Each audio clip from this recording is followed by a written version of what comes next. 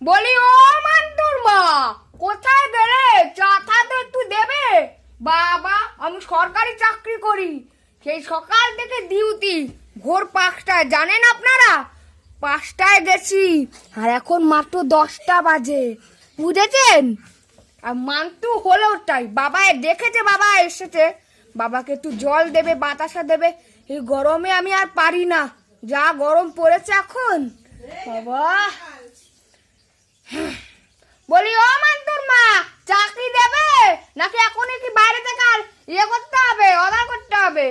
আমাদের কাজের লোক বৈশালী, ও তো এখন লম্বা ছুটি নিয়েছে, লম্বা।